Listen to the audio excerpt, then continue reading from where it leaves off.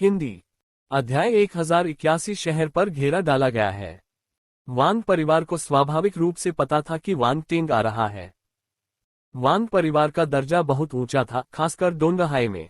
उन्हें शहर का असली मालिक माना जा सकता था। यहां तक कि मार्शल आर्ट के नेता और अन्य प्रमुखों ने भी चुपचाप अपनी पहचान स्वीकार कर ली। ऐसा इसलिए था क्योंकि वे जानते थे कि एक बार वांग टेंग वापस आ गया तो पृथ्वी उसकी निजी संपत्ति बन सकती है। इसलिए एक छोटा डोंगहाई कुछ भी नहीं था। हार्डी ने वांग परिवार से मुलाकात की। मार्शल आर्ट के नेता और 3 महान कमांडर उनके साथ गए और उन्हें एक दूसरे से परिचय कराया। ये वांग टेंग के दादा, पिता, माता और ये वांग टेंग का है। हार्डी का परिचय देते समय मार्शल आर्ट के नेता ने विराम लिया।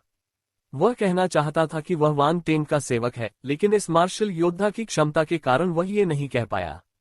एट नोबल एट मैं बैरन वांग टेंग का नौकर हूं। हार्डी ने अपनी पहचान नहीं छिपाई और सीधे अपना परिचय दिया। वह वांग परिवार के प्रति बहुत विनम्र था, भले ही वे शक्तिशाली नहीं थे।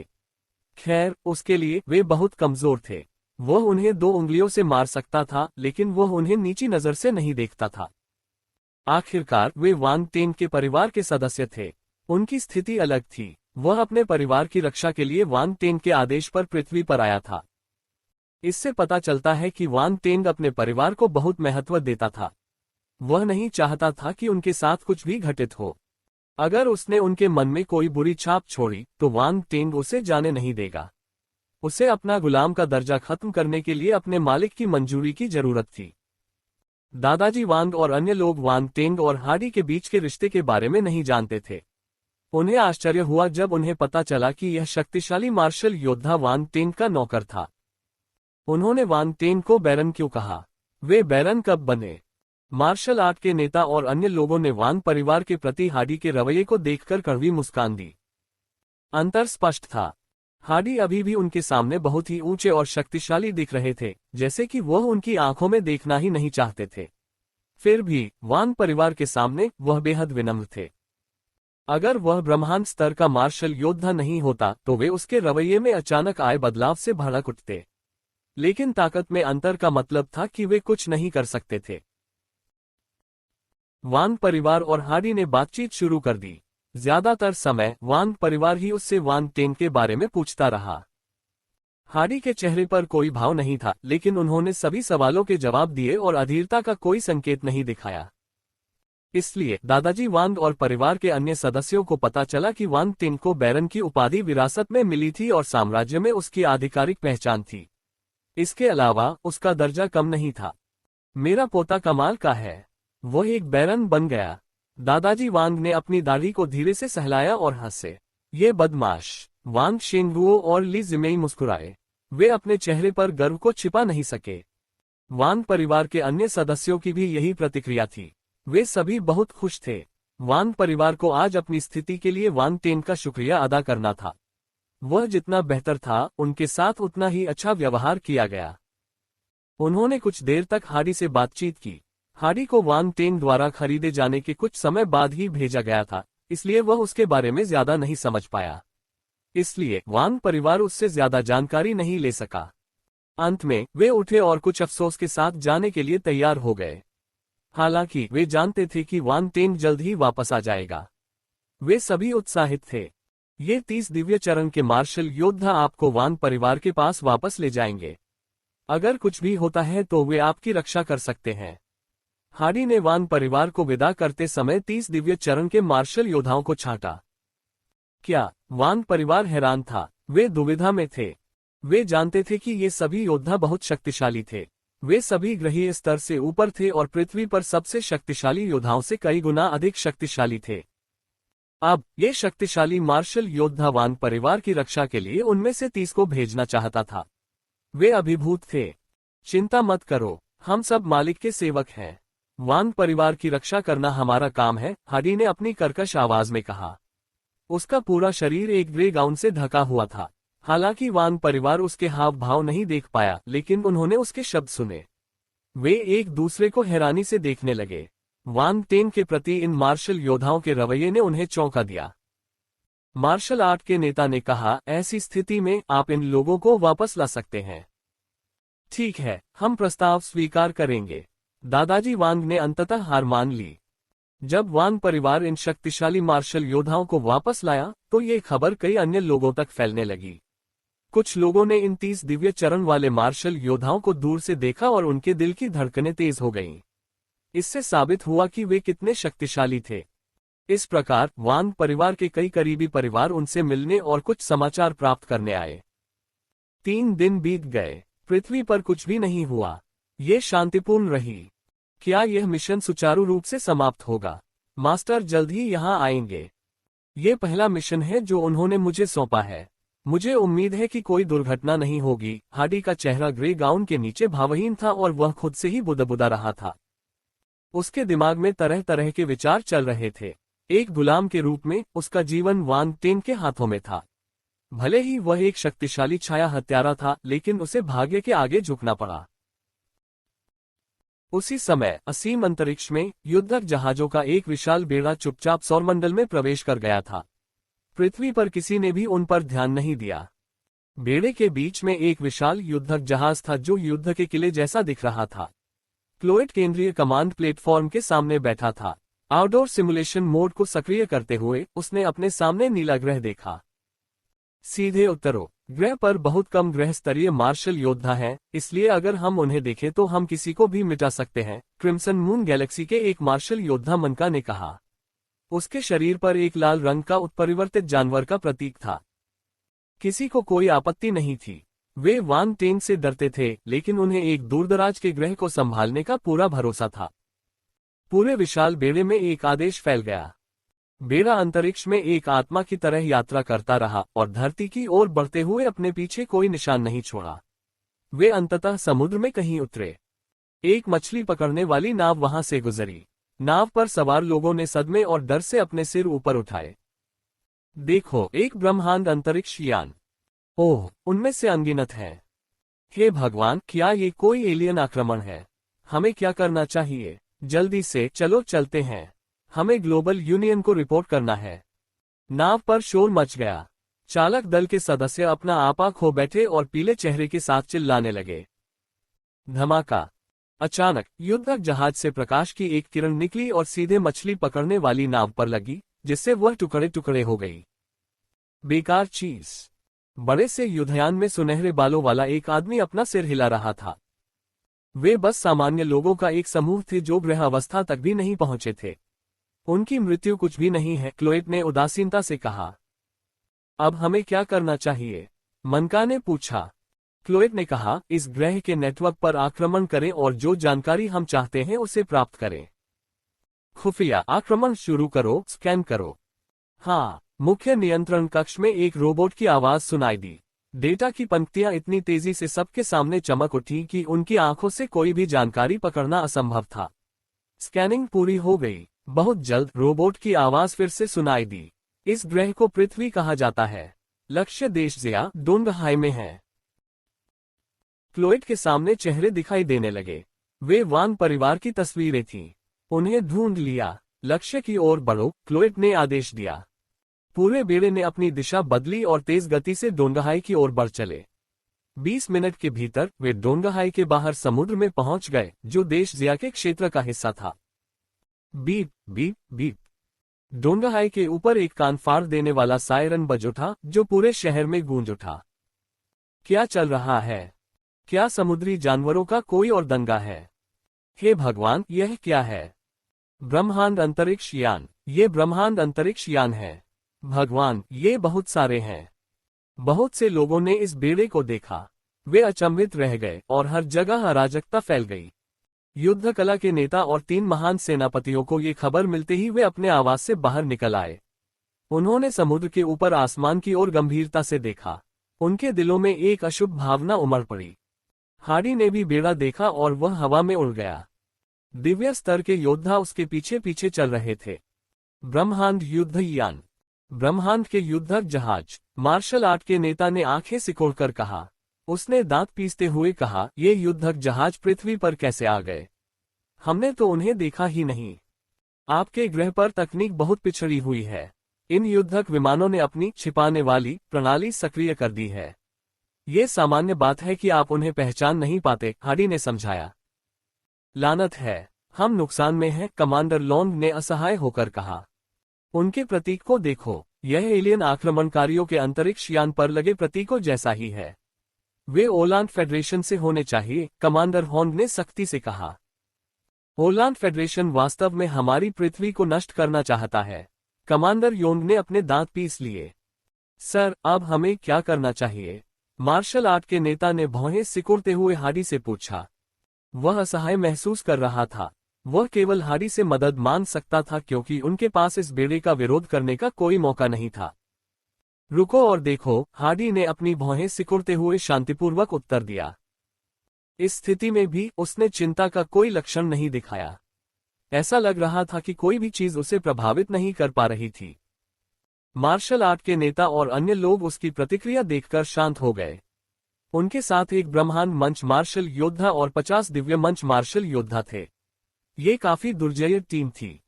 बेड़ा डोंगहाई के ऊपर पहुंचा, जिससे शहर पर भयानक छाया पड़ गई और पूरा शहर अंधेरे में डूब गया। ऐसा लगा कि मानो सर्वनाश हो गया हो। ये बहुत ही परेशान करने वाला था। पृथ्वीवासियों, हम आपको वान टेन के परिवार और दोस्तों को सौंपने के लिए 10 मिनट देते हैं। अगर नहीं तो हम पूरे ग्रह को नष्ट कर देंगे। अचानक आसमान में एक ठंडी आवाज गूंजी, जो गरज के समान शहर पर टूट पड़ी। भय फैल गया, मात्र ग्रह को छोड़ने को तैयार नहीं। जैसे ही यह ठंडी आवाज फैली, पूरे शहर में सन्नाटा छा गया। आवाज असाधारण रूप से तेज थी। शहर में हर किसी ने इसे सुना। चाहे वे कुछ भी कर रहे हों, उन्होंने अपना सामान नीचे रखा और सिर उठाया, अपने घरों से बाहर चले गए या खिड़की से बाहर देखा। वे आश्चर्य से आसमान की ओर देख रहे थे। कई युद्धक जहाज हवा में खूंखार विशालकाय जानवरों की तरह क्षैतिज रूप से तैर रहे थे। उनके धातु के शरीर से ठंडी चमक निकल रही थी, जिससे लोगों की रीढ़ में सिहरन पैदा हो रही थी। कुछ देर बाद भारी हंगामा मच गया। वान टेन के परिवार और दोस्तों को सौंप दो, अगर नहीं तो हम पूरे ग्रह को नष्ट कर देंगे। ये लोग वान टेन के लिए आए थे। तुरंत ही शोर शराबा छत से ऊपर उठ गया। किसी को भी उम्मीद नहीं थी कि एलियंस वान टेन के लिए पृथ्वी पर आक्रमण करेंगे। इसके अलावा, यदि उन्होंने उसे नहीं सौंपा तो पूरा ग्रह नष्ट हो जाएगा। उन्हें क्या करना चाहिए? सभी लोग घबरा गए। उन्हें समझ नहीं आ रहा था कि क्या करें। करना। मार्शल आर्ट के नेता हैरान थे। एलियंस की रणनीति बुरी थी।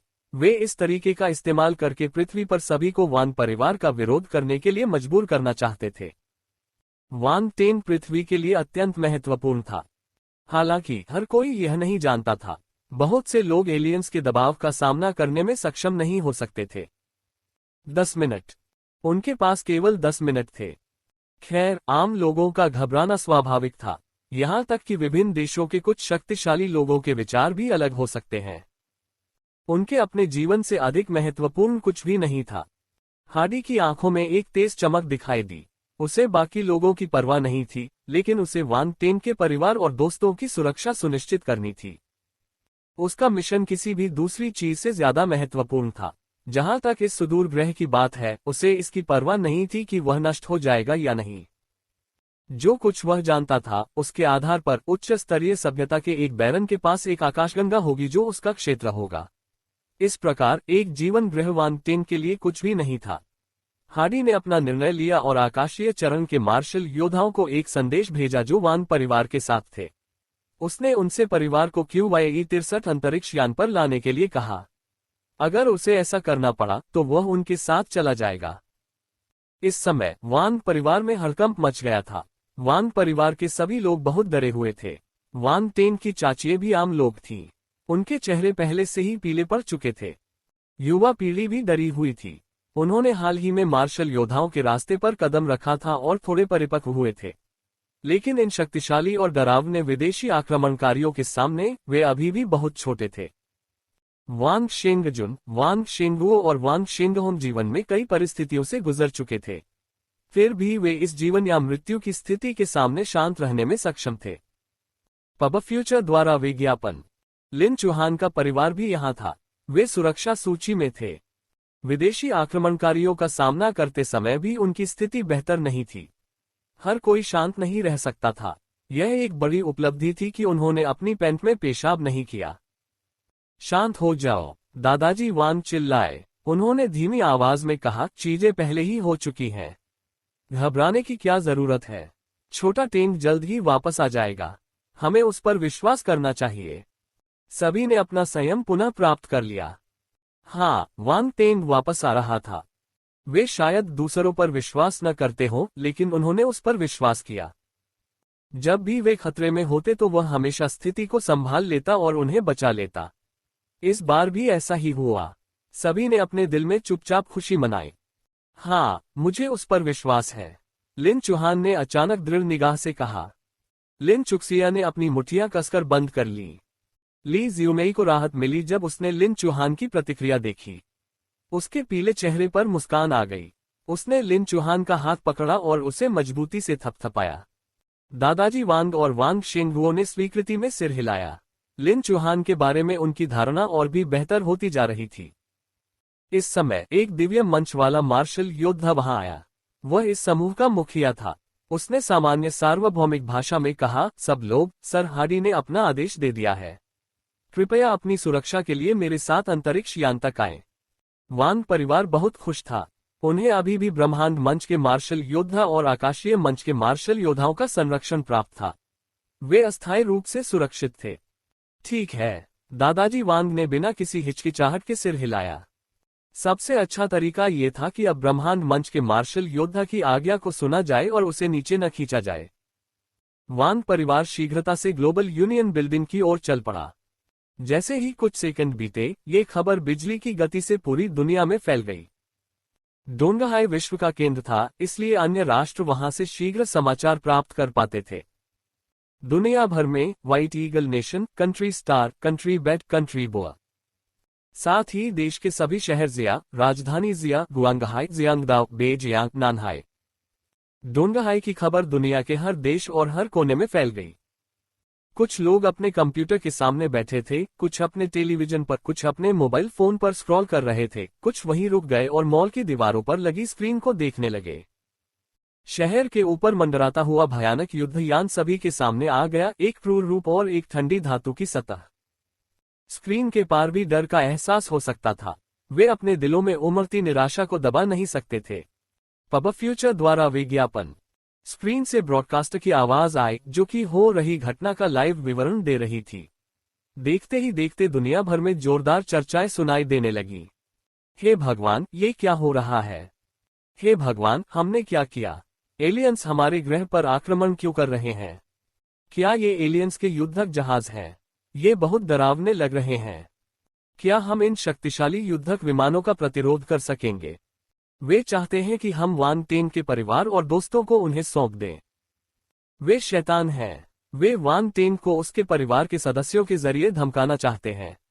लानत है, हम उन्हें वह नहीं करने देंगे जो वे चाहते हैं। लेकिन अगर हम उन्हें नहीं सौंपेंगे तो वे ग्रह को नष्ट कर देंगे। क्या मजाक है? जो हमारे रिश्तेदार नहीं हैं, उनका दिल जरूर अलग होगा। हमें अपने विरोधी की दया पर उम्मीद नहीं रखनी चाहिए। ये सही है। वांग टेन हमारी आशा है। हमें उसके परिवार को नहीं सौंपना चाहिए। पूरी दुनिया में दहशत का माहौल था। आम नागरिक रो रहे थे और चीख रहे थे। उनमें से कुछ लोग पीले चेहरे के साथ अंतरिक्ष में घूर रहे थे। कुछ लोग वांग टेन के परिवार के सदस्यों को सौंपना चाहते थे ताकि उन्हें जीने का मौका मिल सके। अन्य लोगों ने अपना गुस्सा जाहिर करते हुए विदेशी आक्रमणकारियों को फटकार लगाई तथा कहा कि वे कभी भी उनके आगे नहीं झुकेंगे। सबके अपने अपने विचार थे। कोई भी मरना नहीं चाहता था। आश्चर्य की बात यह है कि अंत में उन लोगों की आवाजें जो विदेशी आक्रमणकारियों से लड़ना चाहते थे, अन्य लोगों की राय पर हावी हो गईं। दूसरी तरफ विभिन्न राष्ट्रों के प्रमुखों ने ग्लोबल यूनियन बिल्डिंग में एक आपातकालीन वीडियो कॉन्फ्रेंस आयोजित की। यहां तक कि वांग परिवार भी मौजूद था क्योंकि वे इसमें मुख्य पक्ष थे। एलियंस पृथ्वी पर हमला करेंगे। हमें नागरिकों को सुरक्षित स्थान पर ले जाना होगा। चलो उन्हें भूमिगत आश्रयों में ले चलते हैं। वह सबसे सुरक्षित जगह है। मैं सहमत हूं। उन्होंने शीघ्रता से निर्णय लिया और अपने आदेश भेज दिए। नीचे खड़े लोगों ने बिना समय बर्बाद किए काम शुरू कर दिया। सेना ने भीड़ को तितर बितर करना शुरू कर दिया और उन्हें सुरक्षा के लिए भूमिगत आश्रयों में ले जाया गया। व्हाइट ईगल राष्ट्र के प्रमुख ने पूछा, क्या हम मार्शल योद्धाओं से विदेशी आक्रमण का विरोध करने में मदद मांग सकते हैं? सभी मुखिया आशा भरी आंखों से वान परिवार की ओर देख रहे थे। अगर शक्तिशाली मार्शल योद्धा उनकी मदद कर सके तो उनकी सफलता की संभावना अधिक होगी। पब फ्यूचर द्वारा विज्ञापन। सर, दादाजी वान पृथ्वी को नष्ट होते हुए नहीं देख सकते थे, इसलिए उन्होंने अंत में हार्डी से पूछा। नहीं, हालांकि इससे पहले कि वह अपनी बात पूरी कर पाता, हार्डी ने उसे बीच में ही रोक दिया। मेरा मिशन आपकी रक्षा करना है। पृथ्वी गौण है, उन्होंने उदासीनता से कहा। प्रमुखों के चेहरों के भाव बदल गए। उसके शब्द बहुत ही अशिष्ट थे। इस समय उन्हें अंततः पता चल गया कि इस दुर्जय मार्शल योद्धा के लिए पृथ्वी का कोई मूल्य नहीं था। वान परिवार महत्वपूर्ण था। सर, मुझे लगता है कि अगर वान टेंग यहाँ होते तो वे नहीं चाहते कि पृथ्वी नष्ट हो, दादाजी वांग ने उन्हें समझाया और उन्होंने अपने दिल में आह भरी। वह ये भी चाहता था कि हार्डी वान परिवार को भी ले जाए, लेकिन अगर वह ऐसा करता तो वे पापी बन जाते। अगर वे बच भी जाते तो भी उन्हें अपनी बाकी जिंदगी अपराध बोध के साथ जीना पड़ता। वह नहीं चाहता था कि वान परिवार की युवा पीढ़ी अपने कंधों पर इतना भारी बोझ उठाए। इसके अलावा उनके लिए अपनी जन्मभूमि से अलग होना बहुत कठिन था। धरती ही उनकी जड़ थी। अगर यह चली जाती तो ब्रह्मांड में उनके पास घर कहने को कोई जगह नहीं होती। वे बिना किसी डोर के आसमान में उड़ती पतंगों की तरह होते। इस तरह जीना दुखद होगा। हार्डी ने भौहें सिकोड़ी। उसे लगा कि दादाजी वांग का दिल बहुत नर्म है। वह अपनी सुरक्षा भी सुनिश्चित नहीं कर सकता। ग्रह की चिंता क्यों करें? खतरे के समय हर आदमी अपने लिए। क्या उन्हें पहले अपनी जान की चिंता नहीं करनी चाहिए? वह अपना पूरा जीवन ब्रह्मांड में घूमता रहा था, इसलिए वह दादाजी वांग या इन नागरिकों के अपने देश के प्रति लगाव को नहीं समझ पाया। दादाजी वांग की बातें सुनकर नेताओं के चेहरे पर नरमी आ गई। हालांकि वे अभी भी घबराए हुए थे। उन्हें डर था कि ये दुर्जय योद्धा उन्हें अस्वीकार कर देगा। यदि ऐसा हुआ तो पृथ्वी के पास एलियंस के हमले का सामना करने का कोई मौका नहीं होगा। लिन चौहान ने कहा, वान टिंग अगर वापस आएगा और अपने मातृ ग्रह को नष्ट होते देखेगा तो वह क्रोधित हो जाएगा। वह अपने आप से कुछ बुदबुदाती हुई लग रही थी। उसकी आवाज तेज नहीं थी। हालांकि हार्डी के हाव भाव थोड़े बदल गए थे। उसकी आंखों में डर था। क्या यह उसके मालिक का साथी था? यदि वह थी तो उसके शब्दों में कुछ वजन था। अगर वह उसे नापसंद करती और वान टिंग के सामने उसके बारे में बुरी बातें कहती तो वह मरते दम तक गुलाम बना रह सकता था। एट नोबल बन एट। नहीं, बिल्कुल नहीं। हार्डी भावुक हो गया। उसने एक पल सोचा और कहा, मैं एलियंस का विरोध करने में पृथ्वी की मदद कर सकता हूं, लेकिन अगर हालात खतरनाक स्थिति तक पहुंच गए तो मैं वान परिवार के साथ चला जाऊंगा। ठीक है। मार्शल आर्ट के नेता बहुत खुश हुए। उन्होंने तुरंत सिर हिलाया। बाकी लोगों को एक ही समय में गुस्सा भी आया और खुशी भी। यह अब तक की सबसे अच्छी खबर थी। इन दुर्जय मार्शल योद्धाओं की मदद से उन्हें एलियंस के आक्रमण का सामना करने की कुछ उम्मीद थी। पृथ्वी को भी कुछ उम्मीद थी। पलक झपकते ही 10 मिनट पूरे हो गए। एलियन युद्धयान चलने लगा। इस ग्रह को छूने की कीमत चुकाने में सक्षम नहीं हो सकते। 10 मिनट पूरे हो गए हैं। ठंडी भावहीन आवाज फिर से गूंजी। चूंकि तुम वान टेन के परिवार को सौंपने के लिए तैयार नहीं हो, इसलिए तुम्हें नष्ट कर दिया जाएगा। डोंगहाई के लोगों ने सबसे पहले उसे सुना। फिर बाकी दुनिया ने लाइव प्रसारण के जरिए उसे सुना। श्रोताओं के दिलों में निराशा उमड़ पड़ी। हवा में मौजूद युद्धक जहाज फैल गए और दूसरे महाद्वीपों की ओर उड़ गए। कुछ ने तो ऊर्जा भी इकट्ठा करना शुरू कर दिया। चमकती हुई ऊर्जा किरणें सभी की नजरों के सामने से निकलकर सीधे डोंगहाई की ओर बढ़ गईं। Boom boom boom. युद्धक विमानों से होने वाले हमले शहर के ऊपर हवा में उतरे। उस समय शहर के चारों ओर एक उल्टे बड़े कटोरे की तरह एक हल्की ढाल दिखाई दी, जो आने वाले हमले से शहर की रक्षा कर रही थी। भयावह हमलों को बाहर ही रोक दिया गया। ये वह रक्षा कवच था जो वान टेंग ने पीछे छोड़ा था। हालांकि हमला शहर में नहीं हुआ, लेकिन कई लोग डर के मारे जमीन पर गिर पड़े। महिलाएं और बच्चे युद्धक विमानों को घूरते हुए रोने लगे। शहर में अनगिनत लोग इधर उधर भागने लगे। इस हमले ने न केवल ढाल को नुकसान पहुंचाया, बल्कि लोगों के दिलों में मनोवैज्ञानिक रक्षा रेखा को भी तोड़ दिया। पूरे शहर में एक तीखी और तेज चेतावनी गूंज उठी। हर किसी को लगा कि दुनिया खत्म हो रही है। पूरे शहर में निराशा और हताशा का माहौल छा गया। जल्दी से भूमिगत आश्रयों में प्रवेश करो। घबराओ मत, लाइन में लग जाओ और एक एक करके अंदर जाओ। धक्का मत दो, तुम दूसरों को गिरा सकते हो और उनके ऊपर पैर रख सकते हो। सैन्य मार्शल योद्धाओं ने व्यवस्था बनाए रखने की पूरी कोशिश की, लेकिन दृश्य अभी भी अराजक था। एक बार जब सभी का डर बढ़ गया तो उसे फिर से दबाना मुश्किल था। क्लोएट, जो विशाल युद्ध किले के युद्ध जहाज में था, भौचक्का रह गया। किसी ने शहर के चारों ओर एक शक्तिशाली रक्षा कवच बना दिया है, मनका ने आश्चर्य से कहा। हमला जारी रखो, ये किसी दूर के ग्रह से आया हुआ एक समूह है, ये हमें नहीं रोक सकता, क्लोएट ने ठंडे स्वर में कहा। हाँ, 9वें स्तर के दिव्य चरण के मार्शल योद्धा ने झुककर कहा। Boom boom boom. तुरंत ही युद्धयान से कई बल हमले किए गए और रक्षा कवच पर गिरे। प्रकाश की बनी ढाल हिंसक रूप से हिलने लगी। प्रकाश की तरंगें दिखाई देने लगीं और जल्द ही सतह पर छोटी छोटी दरारें दिखाई देने लगीं। यह आक्रमण का दूसरा दौर ही था, लेकिन रक्षा कवच पहले से ही अपनी अधिकतम क्षमता पर था। ओह नहीं, ये सरनी ढह रही है। मार्शल आर्ट के नेता और अन्य लोगों ने आंखें सिकोड़ लीं। उनके चेहरे के हाव भाव बदसूरत हो गए। Ads bye pub future. Hardy ने अपनी भौहें सिकोड़ी और उठ खड़ा हुआ। ठीक है, मुझे उनसे मिलने दो। वह एक कदम आगे बढ़ा और पल भर में वहीं गायब हो गया। उसके आसपास के लोगों को पता ही नहीं चला कि वह कब चला गया।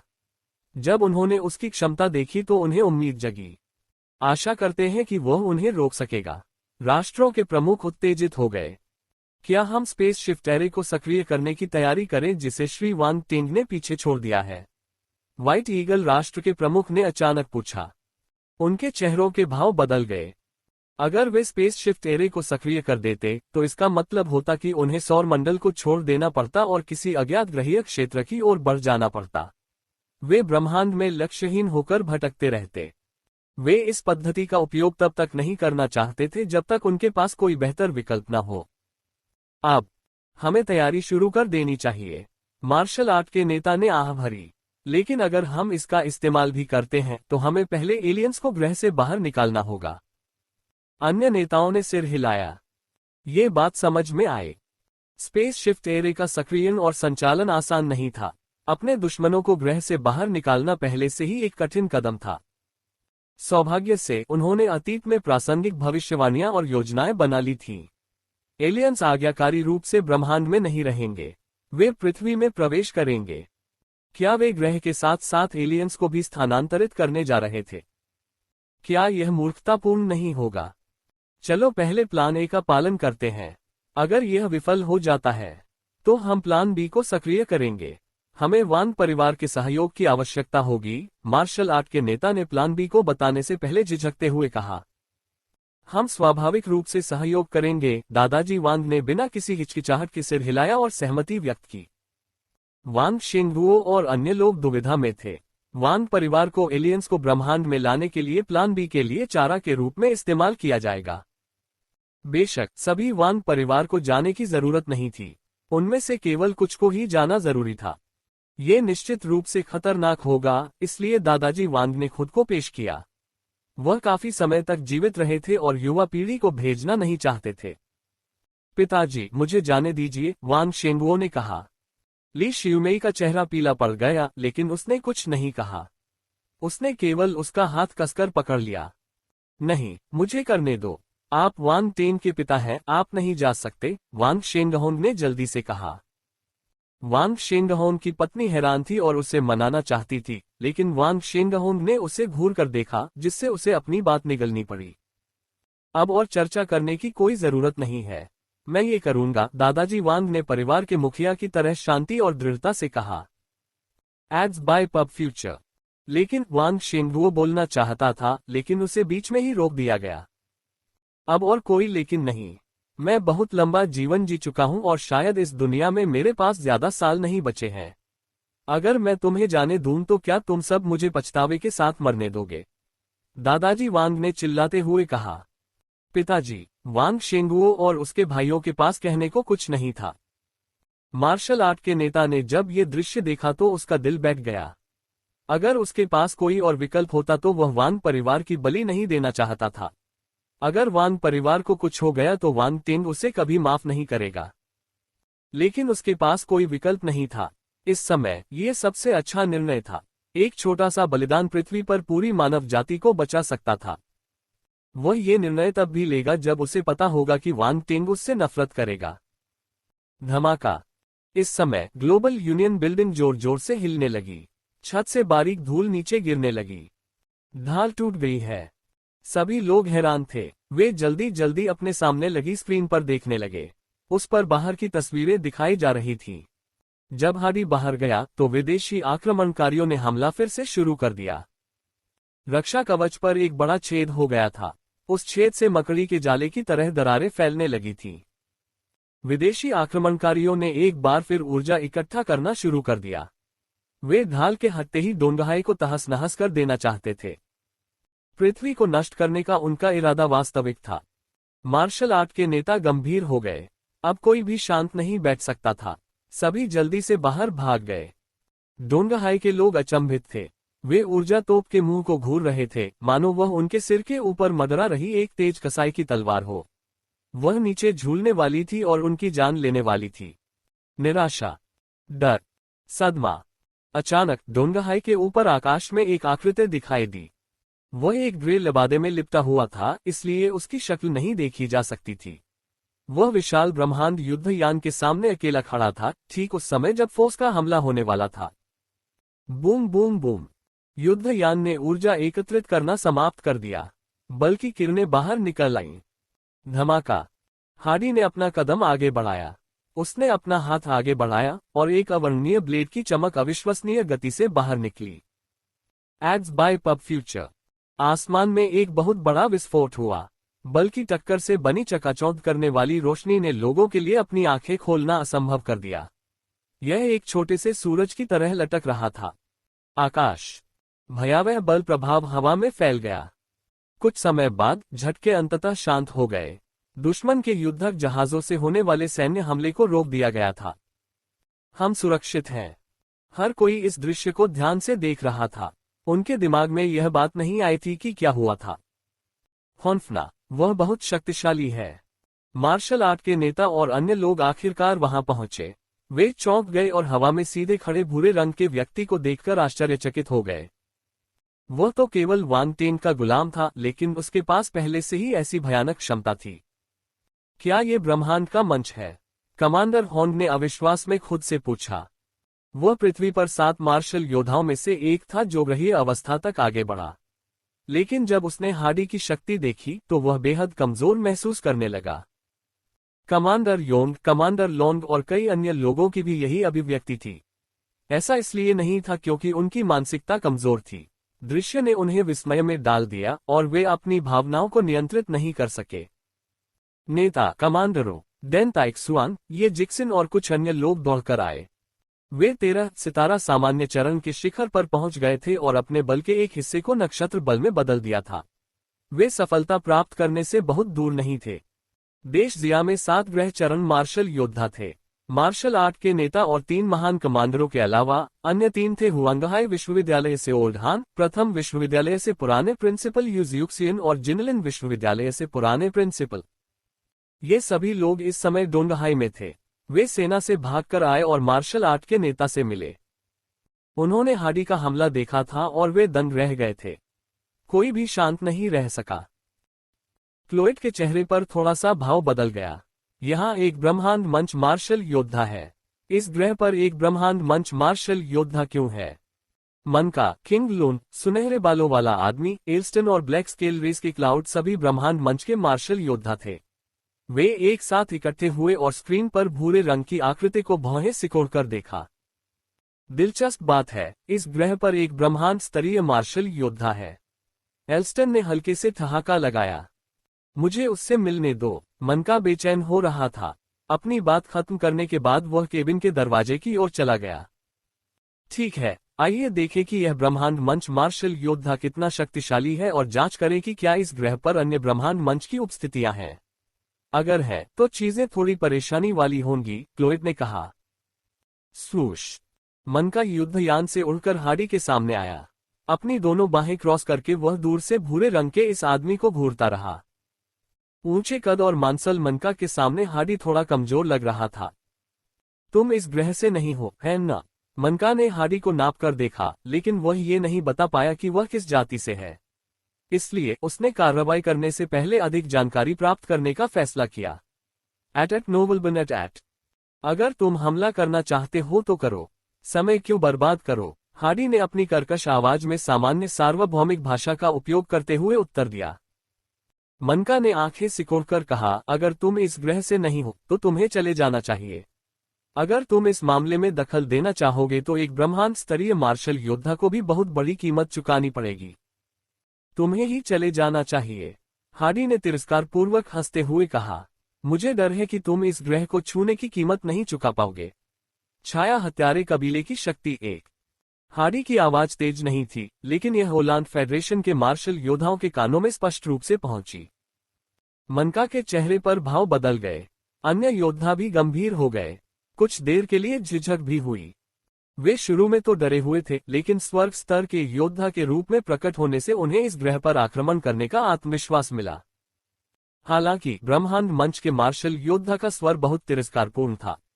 इसका मतलब था कि उसे अपने शब्दों पर भरोसा था। उनके दिलों में डर फिर से बढ़ गया। क्या उस बदमाश ने महान कियान साम्राज्य से बैरन की उपाधि प्राप्त की है? यदि नहीं, तो यहाँ एक ब्रह्मांड मंच मार्शल योद्धा क्यों होगा? एल्स्टन ने उदास चेहरे के साथ पूछा। असंभव। महान कियान साम्राज्य एक उच्च स्तरीय सभ्यता है। वह बिना किसी पृष्ठभूमि के एक साधारण व्यक्ति है। वह उपाधि कैसे प्राप्त कर सकता है? उसके पास क्या अधिकार है? क्लोएड ने काले चेहरे के साथ पूछा। उसकी निगाहें तीखी हो गईं। ज्यादा मत सोचो, पहले मनका को उसका परीक्षण करने दो। किंग लुन ने उसकी ओर देखा और शांति से उत्तर दिया। उसे लगा कि उसकी प्रतिक्रिया थोड़ी बड़ी थी। बाहर मेनका हार्डी के सामने खड़ी थी, जिसका चेहरा दिखाई नहीं दे रहा था। माहौल तनावपूर्ण हो गया। मनका ने एक सेकंड के लिए हिचकिचाहट दिखाए और फिर उपहास किया। तुम वाकई आत्मविश्वास से भरे लग रहे हो। हमारा ओलांद संघ एक निम्न स्तरीय सभ्यता है और तुम सिर्फ एक ब्रह्मांड मंच मार्शल योद्धा हो। तुम्हें हमें नीची नजर से देखने का क्या अधिकार है? Hollande federation. हम। हार्डी की आवाज अपरिवर्तित रही। उसने नाक भान सिकुड़ी और आगे कहा, अगर आपको मुझ पर विश्वास नहीं है तो आप कोशिश करना। उसके तिरस्कार भरे लहजे से मनका को गुस्सा आ गया। वह गुस्से में गरजते हुए बोला, ठीक है, मैं देखता हूं कि तुम्हें हमें नीचा दिखाने का क्या अधिकार है। धमाका। वह बिजली की गति से हार्डी की ओर दौड़ते हुए रक्त लाल प्रकाश की किरण में बदल गया। उसने ध्वनि बूम भी बनाया। Ads bye pub future. मनका के शरीर पर प्रतीक लाल रंग की चमक देने लगा। उसके अंदर खून की मोटी बदबू उबलने लगी, जिससे उसका भौतिक शरीर मजबूत हो गया, जबकि उसके हाथों में एक भयानक विशाल कुल्हाड़ी दिखाई दी। उसने उसे हार्डी पर फेंक दिया। एक विशेष रक्त लाल बल कुल्हाड़ी पर एकत्रित हुआ। धमाका। विस्फोट के साथ ही चारों ओर से बल का झोंका आया। मनका के चेहरे पर थोड़ा सा बदलाव आया। उसने महसूस किया कि उसकी कुल्हाड़ी हवा में गिर गई है, लेकिन वह किसी चीज पर नहीं लगी। ये कैसे संभव है? वह आश्चर्यचकित हुआ और तुरंत पीछे हट गया। सावधान। युद्धयान के भीतर से चिल्लाहट सुनाई दी।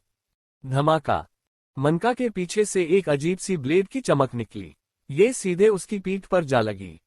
मनका को पता चल गया कि कुछ गड़बड़ है जब उसने अपने पीछे से आवाज सुनी। हालांकि उसके पास इससे बचने का समय नहीं था।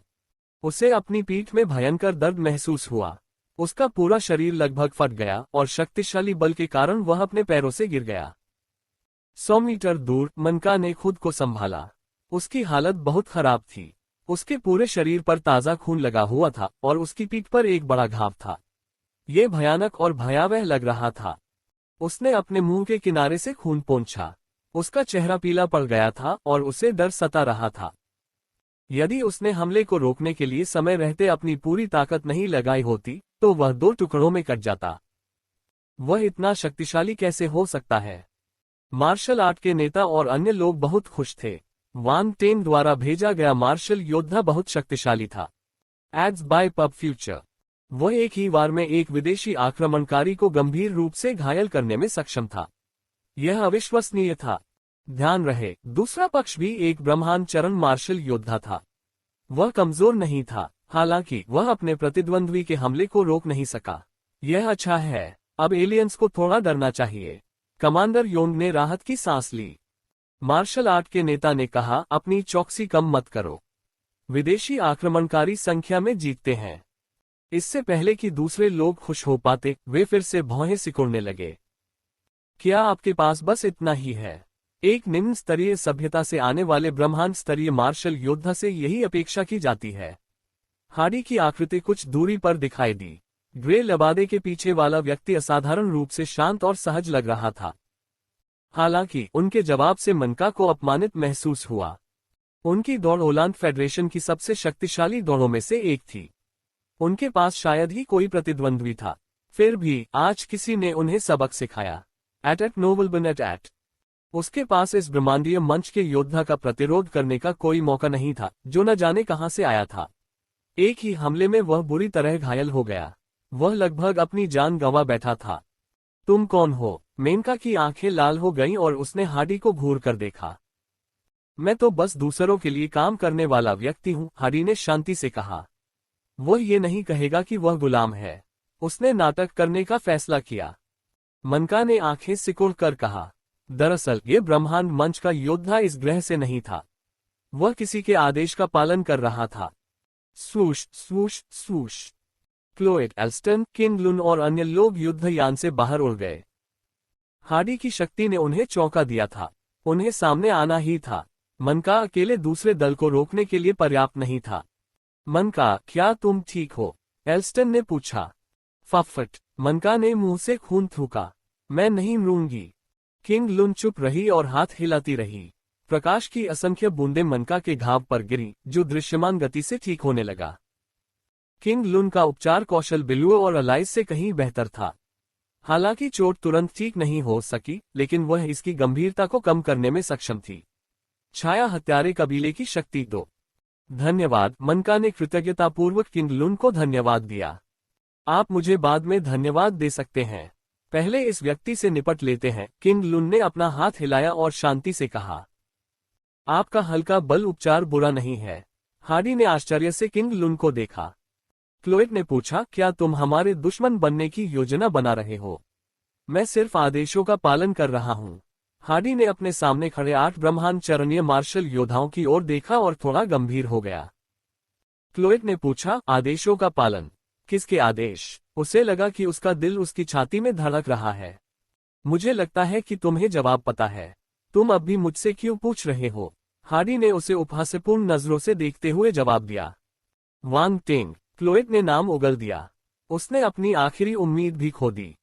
जिस बात का उसे डर था, अंततः वही हुआ। मनका, किंग लुन और अन्य लोग भी दंग रह गए। उन्होंने एक दूसरे को देखा।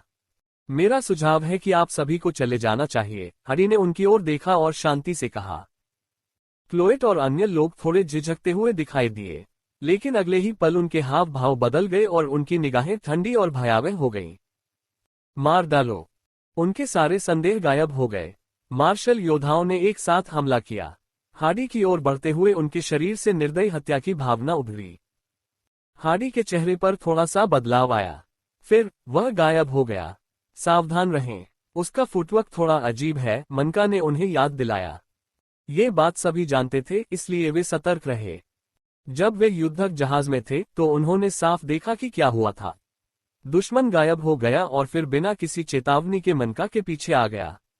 यहां तक कि दर्शक होने के बावजूद वे हार्डी की आकृति को नहीं देख पाए। इससे साबित होता है कि उसका पैर कितना अजीब और डरावना था। WO धमाका। Ads bye pub future. एक ब्लेड की चमक निकली जिसका लक्ष्य किंग लुन था।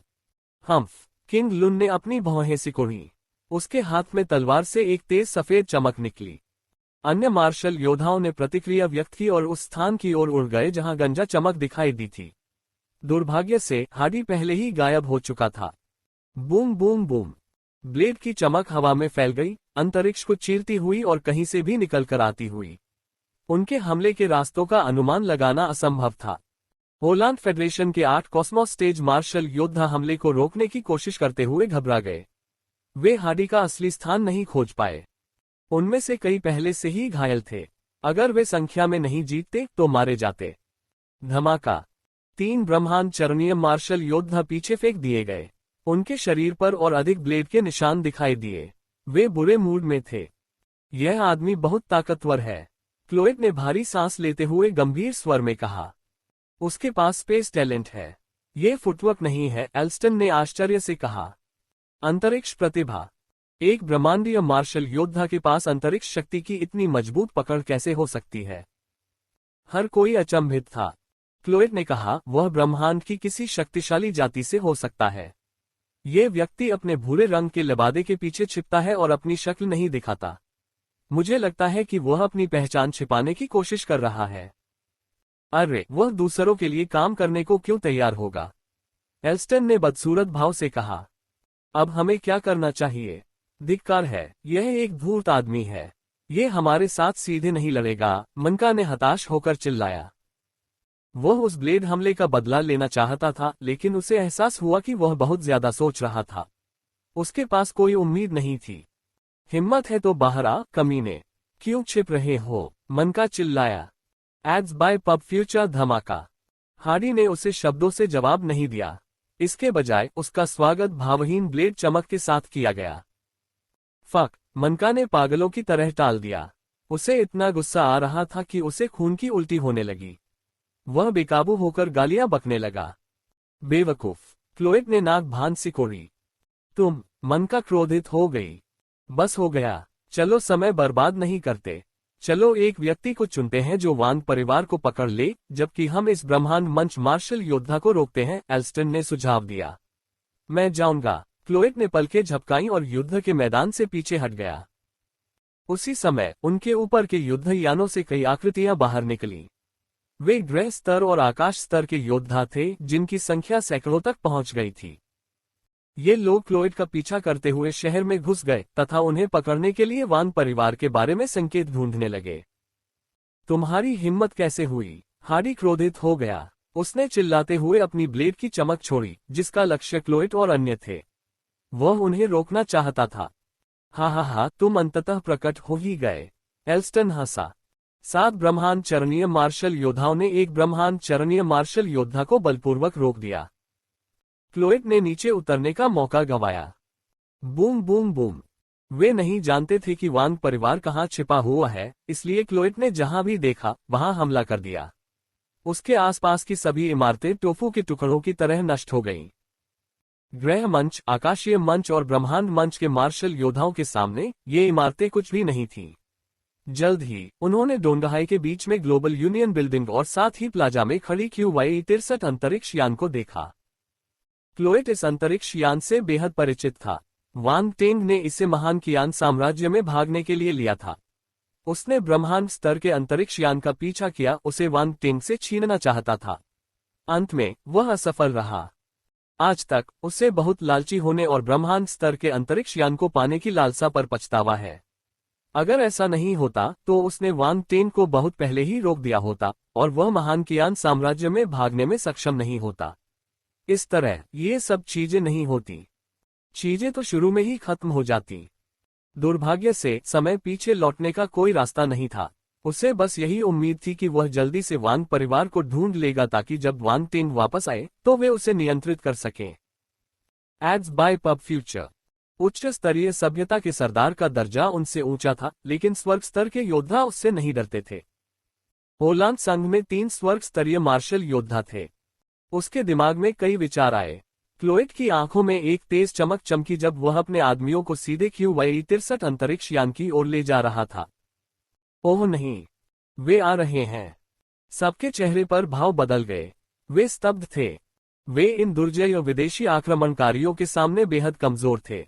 उनके पास प्रतिरोध करने का कोई मौका नहीं था।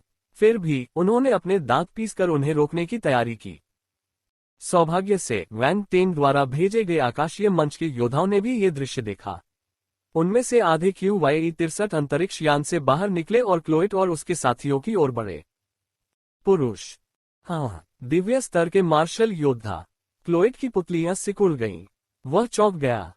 आकाशीय चरण के मार्शल योद्धा उसके जैसे ब्रह्मांड चरण के मार्शल योद्धा के लिए एक आसान काम थे। हालांकि उनमें से लगभग 30 थे और वे सभी 9वें स्तर के आकाशीय चरण में थे। यह एक मजबूत टीम थी जिसे हर कोई जुटा नहीं सकता था। लेकिन तो क्या हुआ? मार डालो। क्लोएट ने उन्हें घूरकर देखा और ठंडे स्वर में चिल्लाया। देखते ही देखते दोनों पक्षों में भिड़ंत हो गई और भीषण युद्ध शुरू हो गया। 9वें स्तर के दिव्य चरण के योद्धा सभी महान प्रतिभा वाली जातियों से आए थे। साधारण दिव्य चरण के योद्धाओं की उनसे तुलना नहीं की जा सकती थी। जल्द ही ओलांड फेडरेशन के मार्शल योद्धा पीछे हटने लगे। ग्रह स्तर के मार्शल योद्धा तुरंत मारे गए, जबकि आकाशीय स्तर के मार्शल योद्धाओं के पास प्रतिरोध करने का कोई मौका नहीं था। वे कुछ राउंड के बाद मारे गए। पीड़ा की चीखें हवा में गूंजने लगीं। क्लोएड बहुत क्रोधित था। वह 9वें स्तर के दिव्य चरण के योद्धाओं से घिरा हुआ था और वह मुक्त नहीं हो सकता था। हटो! वह क्रोधित था। वह जोर से दहाड़ने लगा और बिना किसी दया के शक्तिशाली हमले करने लगा। Boom boom boom! दोनों ओर से सेना के हमले जोरदार तरीके से हुए। 15 दिव्य स्तर के मार्शल योद्धा बमुश्किल क्लोएड के हमलों का विरोध कर सके। इन 15 दिव्य चरणीय मार्शल योद्धाओं की युद्ध संरचना असाधारण थी। वे ब्रह्मांड में एक विशेष जाति से आए थे जिसे पृथ्वी गठन जाति कहा जाता है। वे एक अनोखी विधि का उपयोग करके अपनी शक्तियों को एक साथ मिला सकते थे और एक बड़ी और अधिक दुर्जय शक्ति जारी कर सकते थे। उदाहरण के लिए 15 दिव्य स्तर के मार्शल योद्धाओं की संयुक्त सेना एक ब्रह्मांड स्तर के मार्शल योद्धा को चुनौती देने के लिए पर्याप्त थी।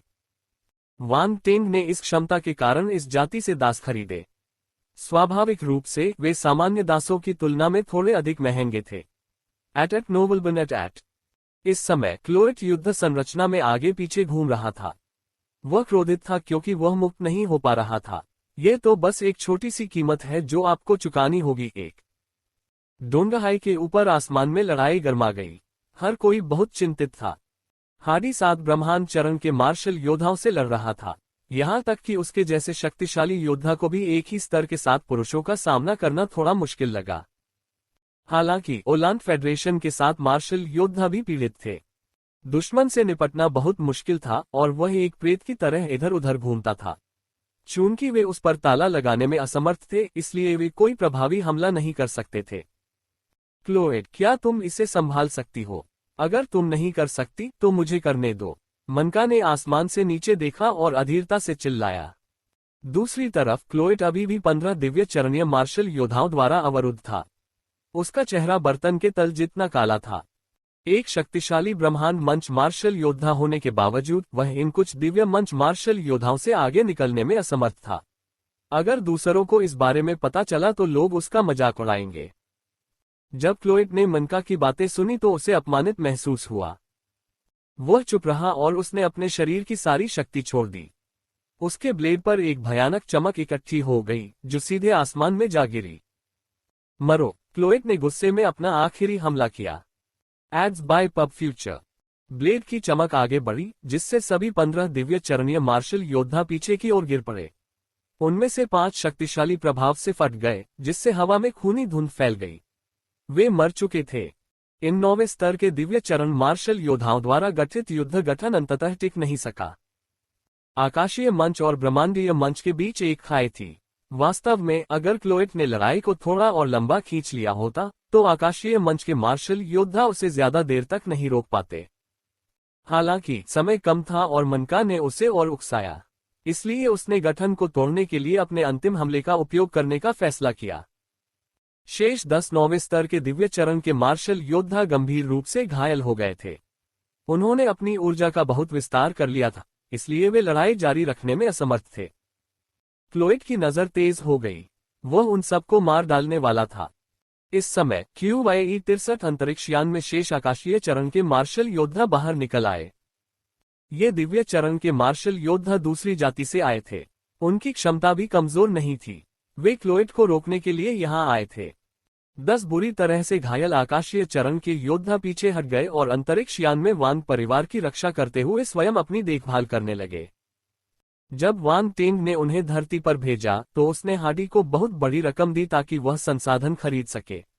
उसने उन्हें कुछ हीलिंग डैन और डैन भी दिए जो उनकी फोर्स को फिर से भर सकते थे। उनका इस्तेमाल करने का यही सही समय था। वांग टेंग द्वारा व्यक्तिगत रूप से बनाई गई डांस का प्रभाव सामान्य गोली से बेहतर था। गोलियां खाने के बाद उनकी चोटें और शक्तियां जल्दी ठीक होने लगीं और उनके पीले चेहरों पर रंग वापस आने लगा। एड्स बाय पब फ्यूचर। क्लोएड निराश हो गया। उसने इन दिव्य चरण के मार्शल योद्धाओं की देखभाल करने में बहुत प्रयास किया था, लेकिन अब उनका एक और समूह था। अंतरिक्ष यान में कितने दिव्य चरण के मार्शल योद्धा थे। वह पागल हो रहा था। उसे एक बार फिर इन दिव्य मंच के मार्शल योद्धाओं ने रोक दिया और वह वान को पकड़ नहीं सका। परिवार। अरे वाह, ये सारे मार्शल योद्धा कहाँ से आए हैं? ये सभी कुलीन हैं। उनमें से हर एक 10 सामान्य मार्शल योद्धाओं जितना ही शक्तिशाली है।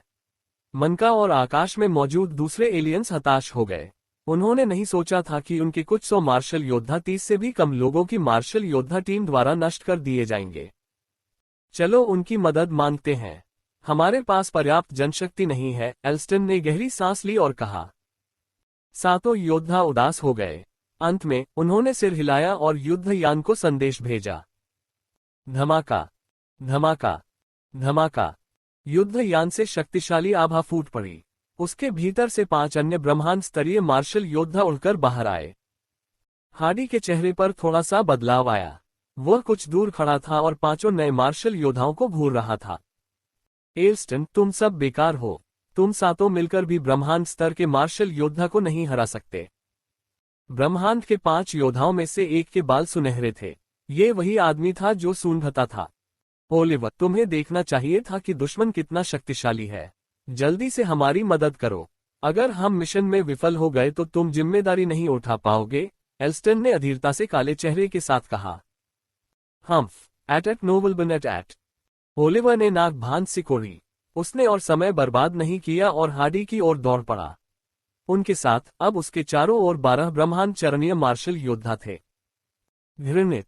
हार्डी गुस्से में था। वह शक्तिशाली हो सकता है, लेकिन उसे भरोसा नहीं था कि वह अपने ही स्तर के 12 मार्शल योद्धाओं के खिलाफ जीत सकता है। वह यहां अपनी जान भी गंवा सकता है। जब तक हम तुम्हें मार सकते हैं तब तक नीच होना ठीक है, ओलिवर ने मुस्कुराते हुए कहा। उसके लहजे में मजाक का भाव था। उसे हार्डी को हताश होते देखना अच्छा लगता था। हार्डी की नजर तेज हो गई। उसने दूसरे पक्ष से बहस करना बंद कर दिया और गहरी सांस ली। फिर उसने अपनी अंतरिक्ष शक्ति का प्रयोग किया और गायब हो गया। वह मूर्ख नहीं था। ब्रह्मांड में बहुत सारे मार्शल योद्धा थे, इसलिए वह उनसे सीधे नहीं लड़ेगा। इलाके को घेर लो, उसे भागने मत दो। ओलिवर ने अपने आसपास का माहौल देखा और चिल्लाया। 12 ब्रह्मांड चरणीय मार्शल योद्धा बिखर गए और उन्होंने अपनी शक्तियों को अपने आसपास के क्षेत्र में छोड़ दिया, जिससे उनके चारों ओर का स्थान सील हो गया। पूरा आकाश एक पिंजरे में बदल गया था। एक पिंजरा जिसकी दीवारें शक्ति थीं। धमाका। कहीं से एक चमकदार ब्लेड निकली और पिंजरे के किनारे पर जा लगी। इस तरफ खड़े योद्धा ने भौहें सिकोड़ी। उसने तलवार की चमक छोड़ी और अपने आगे की ब्लेड की चमक पर वार किया। दुर्भाग्य से ब्लेड की चमक उसकी सोच से कहीं ज्यादा शक्तिशाली थी। उसकी तलवार की चमक तुरंत ही बिखर गई। छींटे। ब्लेड की चमक उसकी ओर उड़ती रही और उसके शरीर से टकरा गई। उसका चेहरा पीला पड़ गया और उसने खून की उल्टी की। ये तो बस एक छोटी सी कीमत है जो आपको चुकानी होगी। तो हार्डी इस अवसर का लाभ उठाकर घेरे से बाहर निकलना चाहता था, लेकिन उसके चारों ओर जोरदार गर्जना गूंजने लगी। भागने की सोच रहे हो? 3 ब्रह्मांडीय योद्धा उसके सामने प्रकट हुए और उसका रास्ता रोक दिया। Boom boom boom. उनके हमले उनकी चीख पुकार के बाद हुए। वे बिल्कुल भी पीछे नहीं हटे, मानो वे हार्डी को मरवाना चाहते हो। हार्डी का चेहरा अच्छा नहीं लग रहा था। उसे पीछे हटने के लिए मजबूर होना पड़ा। उसके पीछे की जगह हिल गई और उसका आकार गायब हो गया। वह फिर से भाग गया। मेनका ने परेशान होकर हार्डी को खोजने के लिए आसपास की जगह को देखा। वह बहुत चालाक है, ओलिवर ने भौहें सिकोड़ी। उसे आखिरकार समझ आ गया कि उसका प्रतिद्वंद्वी कितना चालाक था। हालांकि अभी अभी उन्होंने जो तरीका अपनाया वह कारगर साबित हुआ। उन्होंने इसे फिर दोहराया, चारों ओर एक बल पिंजरा बना दिया और हार्डी को भागने का कोई मौका नहीं दिया। हार्डी चुपचाप बैठकर अपनी मौत का इंतजार नहीं करना चाहता था। उसने पिंजरे पर बार बार हमला किया और उससे बाहर निकलने की कोशिश की। हर बार जब पिंजरा तोड़ा जाता तो पास में मौजूद कई ब्रह्मांड चरणीय मार्शल योद्धा दौड़कर आते और उसे भागने से रोकते। ऐसा कई बार दोहराने के बाद हार्डी की बहुत अधिक ऊर्जा खर्च हो गई और वह मुश्किल स्थिति में आ गए। दूसरी ओर क्लोएट ने अंततः दिव्य स्तर के मार्शल योद्धाओं के घेरे को तोड़ दिया था। Ads bye pub future. 20 Divya मंच के योद्धाओं को भारी क्षति हुई। उनमें से अधिकांश मारे गए या घायल हो गए और ब्रह्मांड मंच के योद्धा क्लोएट को रोकने में असमर्थ थे। केवल 18 दिव्य चरण मार्शल योद्धा बच गए। वे सभी QYE-63 अंतरिक्ष यान में वापस चले गए। हार्डी को ये देखकर चिंता हुई कि क्या हुआ है। उसे रोका जा रहा था और वह वान परिवार से किसी को भी नहीं बचा पा रहा था। अगर उसे पता होता कि ऐसा होगा तो वह इन हमलावरों से उलझने के बजाय उनके साथ पृथ्वी छोड़ देता। लेकिन बहुत देर हो चुकी थी। पृथ्वी को बचाने से ज्यादा महत्वपूर्ण था उसका अपना जीवन बचाना। मुझे इस चाल का इस्तेमाल करना होगा। हार्डी अंदर से संघर्ष कर रहा था। वह इसका इस्तेमाल नहीं करना चाहता था क्योंकि इससे उसके मूल को चोट पहुंचती। क्लोएट के चेहरे पर गंभीर भाव थे, साथ ही उसकी आंखों में हत्या का इरादा भी था। फिर उसने दहाड़ते हुए कहा, वान परिवार को सौंप दो और मैं तुम्हारी लाश को सुरक्षित छोड़ दूंगा। सपने देखो, अगर तुम वान परिवार के किसी भी व्यक्ति को मारोगे तो हमारे गुरु तुम्हें नहीं छोड़ेंगे, एक दिव्य चरणीय मार्शल योद्धा ने मुंह से खून टपकाते हुए कहा। गुरु, हम्फ, एक निरर्थक प्रतिरोध। क्लोएट ने उपहास करते हुए उसका सिर काट दिया। कदम दर कदम वो QYE-63 अंतरिक्ष यान की ओर बढ़ गया। एक एक करके आकाशीय मंच के योद्धा प्रतिरोध करने के लिए आगे आए, लेकिन सभी मारे गए। एक पल में जमीन और अंतरिक्ष यान लाल रंग से रंग गए, अंगों और लाशों से अटे पड़े थे। कुछ समय बाद आरंभिक 18 में से केवल 6 दिव्य चरणीय मार्शल योद्धा बचे। उन सभी को गंभीर चोटें आईं।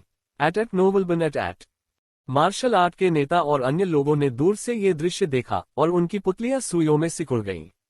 वे क्रोध से भर गए। वे उन्हें बचाना चाहते थे, लेकिन वे ब्रह्मांड मंच के मार्शल योद्धा के सामने असहाय थे।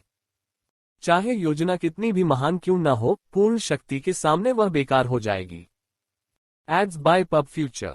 दर्द और पीड़ा की चीखें गूंज उठीं। दिव्य स्तर के योद्धा रक्त के कुंड में गिर पड़े।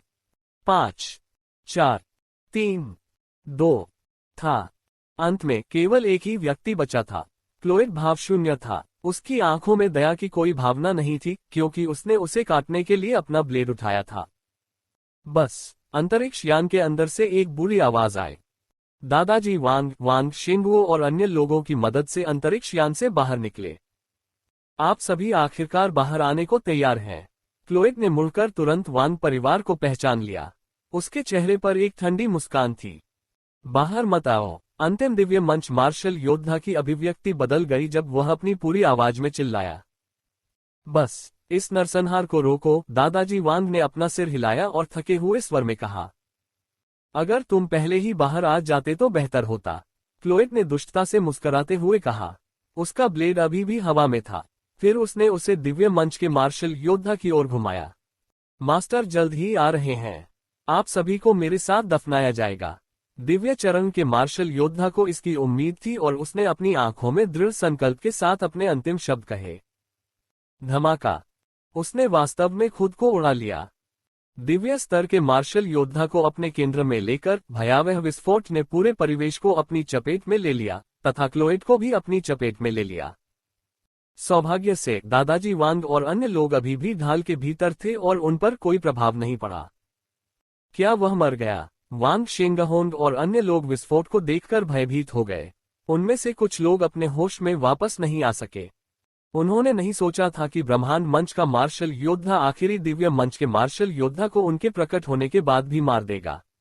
वह रुकने वाला नहीं था। न ही उन्होंने उम्मीद की थी कि दिव्य मंच का मार्शल योद्धा इतनी निर्णायकता के साथ आत्मा विनाश करेगा।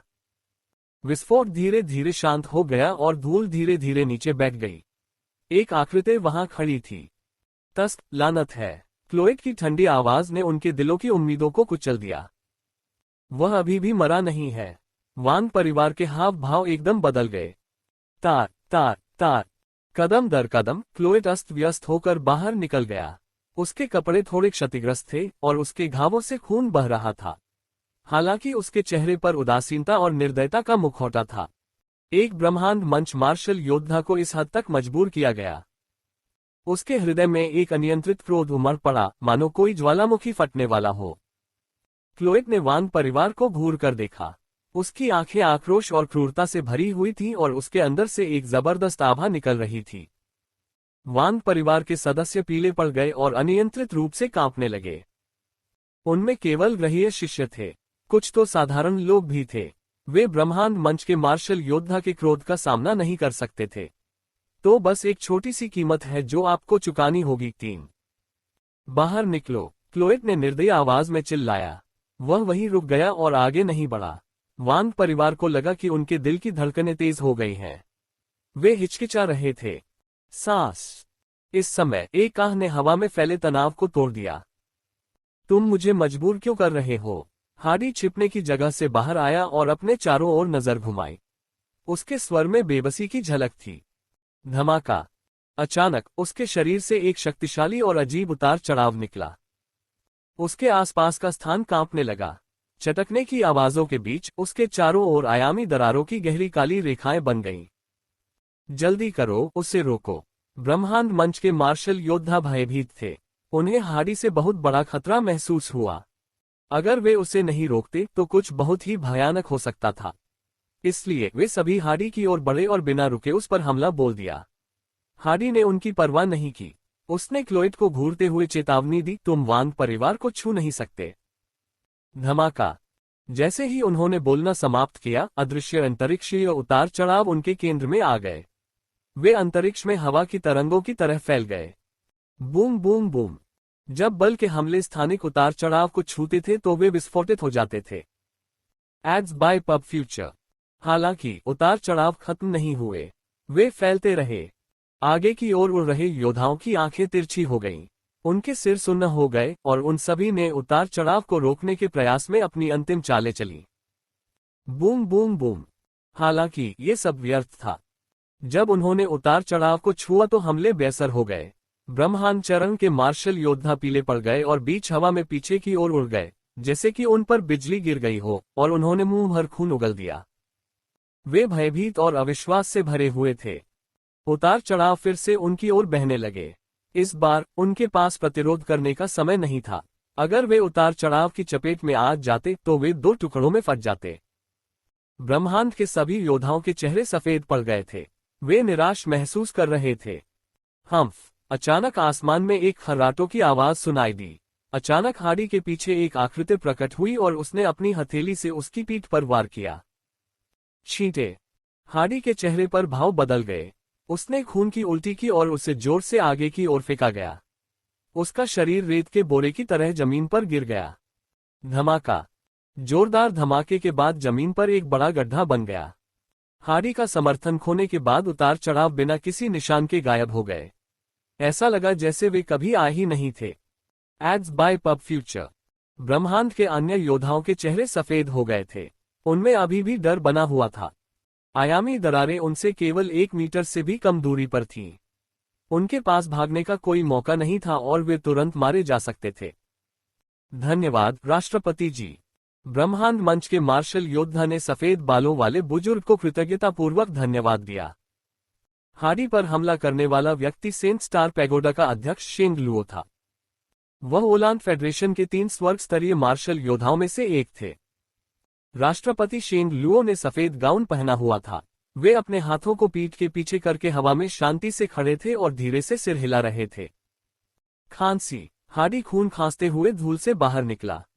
उसने जो ग्रे गाउन पहना हुआ था वह फटा हुआ था, जिसके कारण उसके नीचे उसका अजीब शरीर दिखाई दे रहा था। उसका शरीर लगभग पारदर्शी था। उसकी त्वचा पर रहस्यमयी काले पैटर्न थे। उसके चेहरे की विशेषताएं थीं, लेकिन वे तरल पदार्थ से बनी हुई लगती थीं। उसका चेहरा धीमी लहरें बना रहा था, इसलिए उसका असली चेहरा देखना या ये याद रखना मुश्किल था कि वह कैसा दिखता था। मुझे यहाँ एक छाया हत्यारे को देखने की उम्मीद नहीं थी, राष्ट्रपति शेंग लुओ ने चेहरे पर आश्चर्य के भाव के साथ शांति से कहा। छाया हत्यारा कबीला। एल्स्टन, मेनका और अन्य लोग एक क्षण के लिए स्तब्ध रह गए, फिर कुछ प्रतिक्रिया व्यक्त की। छाया हत्यारा कबीला। ये पूरे ब्रह्मांड में शीर्ष 20 शक्तिशाली जातियों में से एक थी। एट नोबलबन एट। इसमें कोई आश्चर्य नहीं कि यह योद्धा इतना शक्तिशाली था। उन्हें आखिरकार कारण समझ में आ गया और वे हैरानी से हार्डी को देखने लगे। वे अपनी भावनाओं को दबा नहीं पा रहे थे।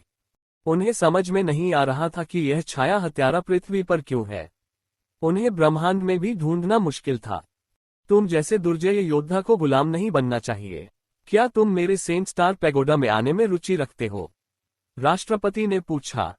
सेंट स्टार पैगोडा, वह क्या है? मैंने इसके बारे में कभी नहीं सुना, हाडी ने अपना सिर हिलाया और तिरस्कारपूर्वक उत्तर दिया। राष्ट्रपति शेंग लुओ ने अपनी भौहें सिकोड़ ली। उन्हें नीची नजर से देखा जा रहा था। उनके दिल में गुस्सा उबलने लगा। मैंने तुम्हें ईमानदारी से आमंत्रित किया, लेकिन तुम मुझे तुच्छ समझ रहे हो। ये बहुत क्रोधित करने वाला था। मन का एल्स्टन और अन्य लोग भी अवाक रह गए।